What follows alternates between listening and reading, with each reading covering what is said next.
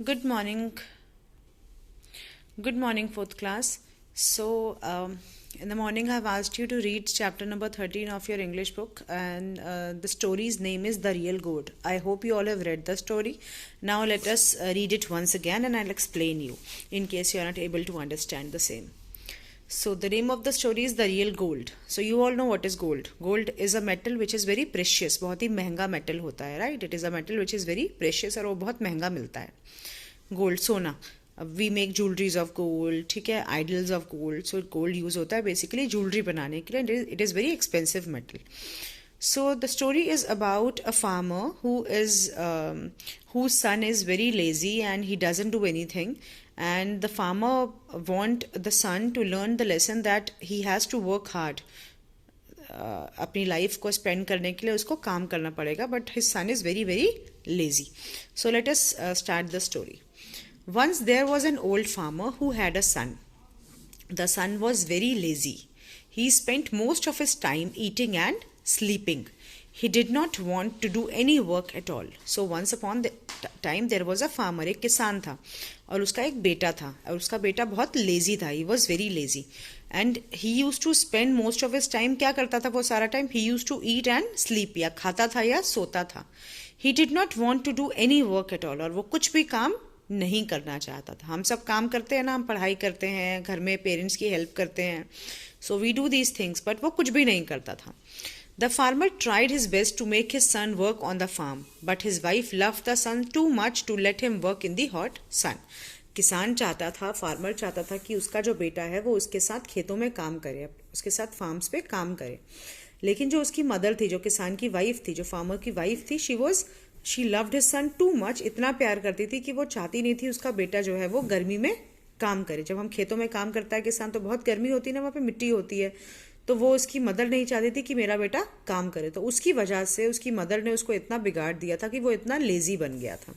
She did not even allow her husband to cane him. और वो अपने husband को उसे केन भी, मतलब डांटने या मारने भी नहीं देती थी.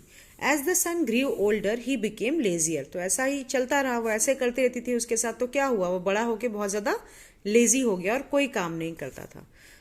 After seeing his son the old farmer was very sad. और जो ओल्ड फार्मर था वो बहुत ज्यादा सैड हो गया. One day he said to his wife, I am very old, soon I shall die. After my death give away all my land and wealth to my friends. Don't give anything to our lazy sun.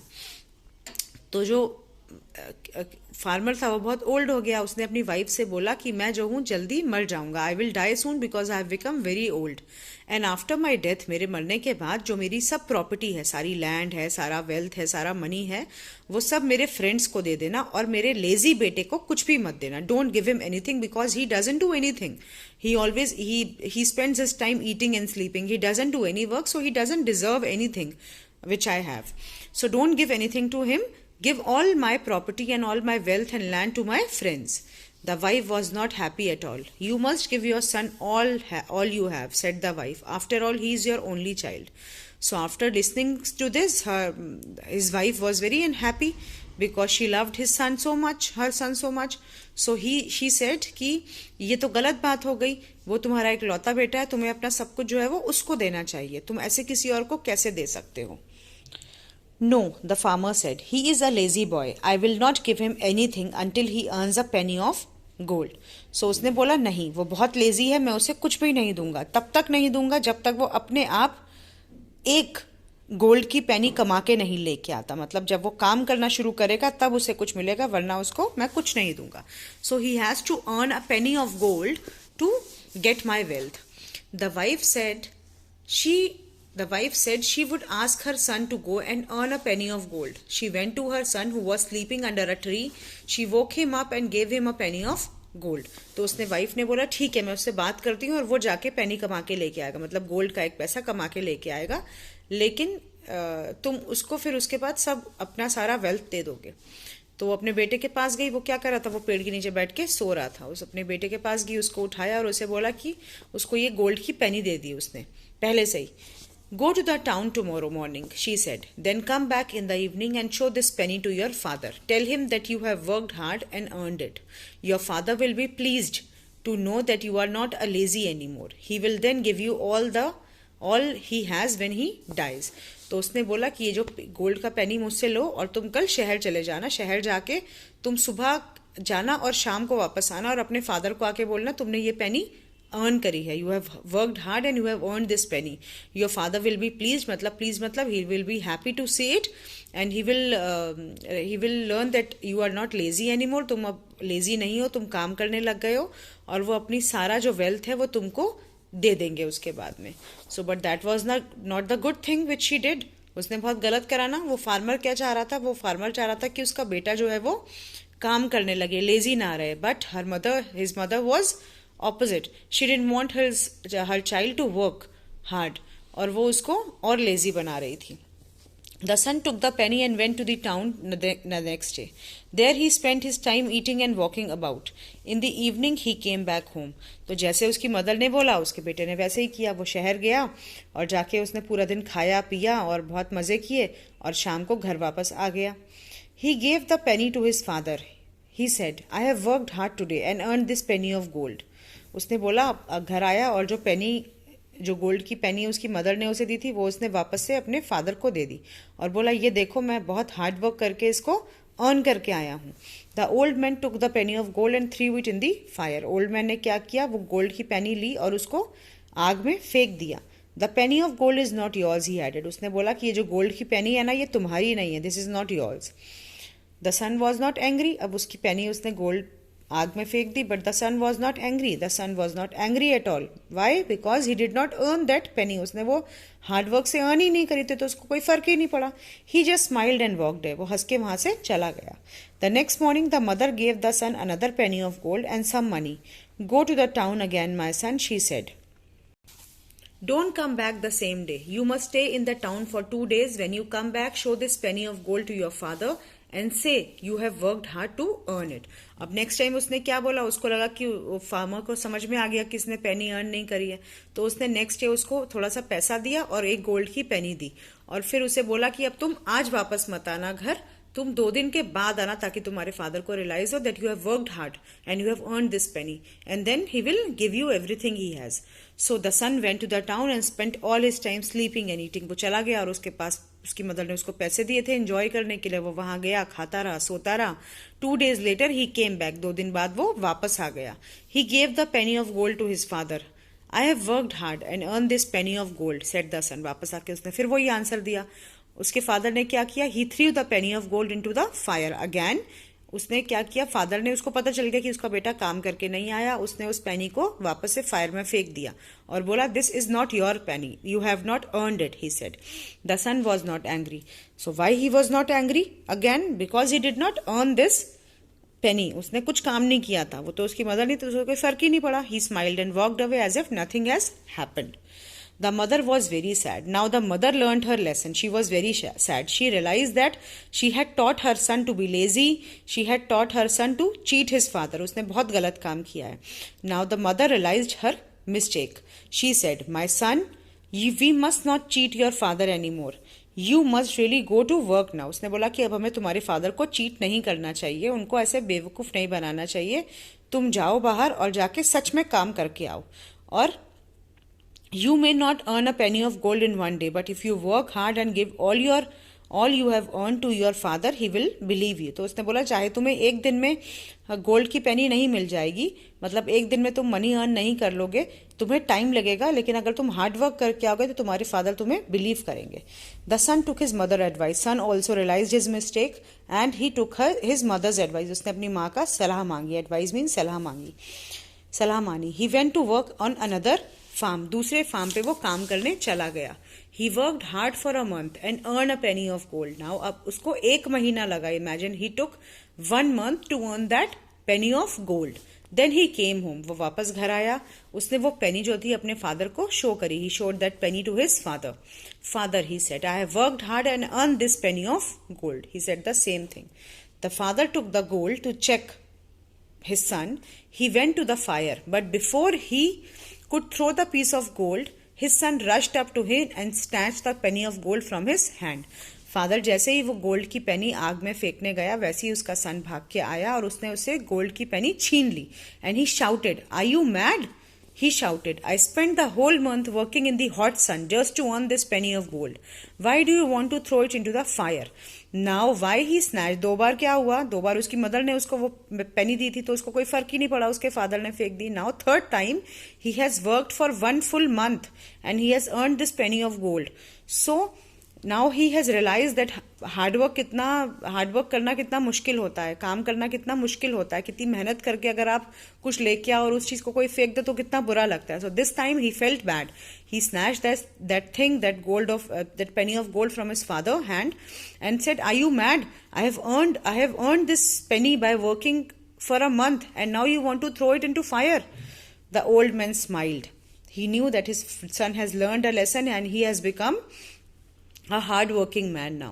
He had not smiled for a long time. He said, my son, I believe you now. You have at least earned for yourself a penny of gold. I am very proud of you. So the old man smiled. He realized that his son has learnt a lesson. Now he has become a responsible person and now he knows how hard work is important and how difficult it is to work hard. So now he learned his lesson. So this was the story of a real gold, right? So we should always work hard. We should never be lazy. Now these are question and answers. You can do this on your own. You can try them on your own and then I'll be sending you the same. Write the words that have the same sound as these. अब ये same sound के words लिखने हैं. I have written these words. You can write on your own. Same sound words जिनके last में same sound आता है. So you can do this exercise on your own. Now you're in 5th class. It is easy for you. Next is match the words with similar meaning. Lazy, idle मतलब खाली होना, throw मतलब फेंकना. Then earn का मतलब है कुछ कमाना, receive as pay. Smile, happiness. Throw, cats. Now use the words in column 1 to fill the blanks. अब आपको कॉलम 1 में इनको फिल करना है. Try these exercises. Now join the 2 group of words and change the spelling if necessary. Traceable, traceable मतलब जो चीज आप ढूंढ सको. Changeable, liveable, serviceable, awful, handful, wonderful, beautiful. So you have to write these words like this. जिसमें भी आपको spelling change करनी हो, you can change the spelling, right? जहाँ पे स्पेलिंग सही हो. ट्रेसेबल मतलब जो ढूंढ सकते हो. चेंजेबल जिसको चेंज कर सकते हो. लिवेबल मतलब जिसको आप जी सकते हो. सर्विसेबल जो सर्विस आपको मिल सकती है. ऑफुल मतलब वेरी बैड. हैंडफुल मतलब your full of hands.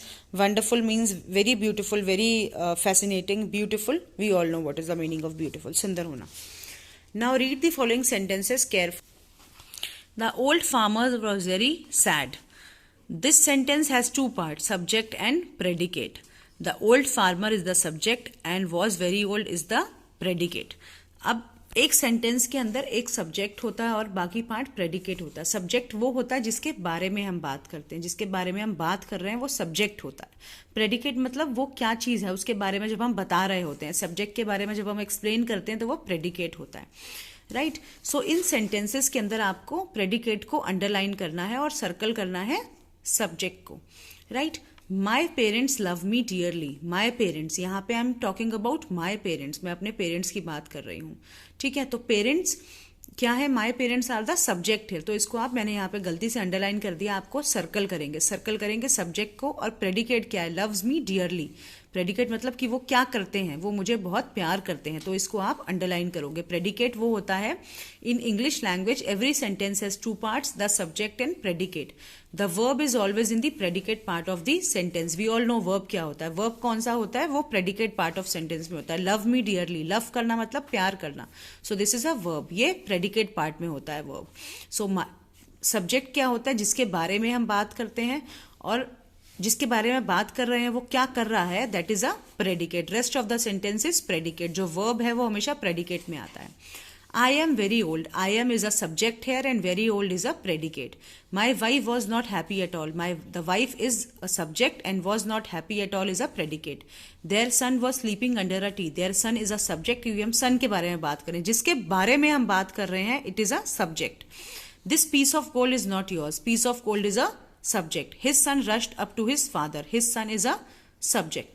So we all know in a sentence there are 2 parts, subject and predicate. Subject is something जिसके बारे में हम बात कर रहे होते हैं. Predicate जिसके बारे में हम बता रहे होते हैं. जो subject के बारे में जब हम आगे explain करते हैं that is a predicate.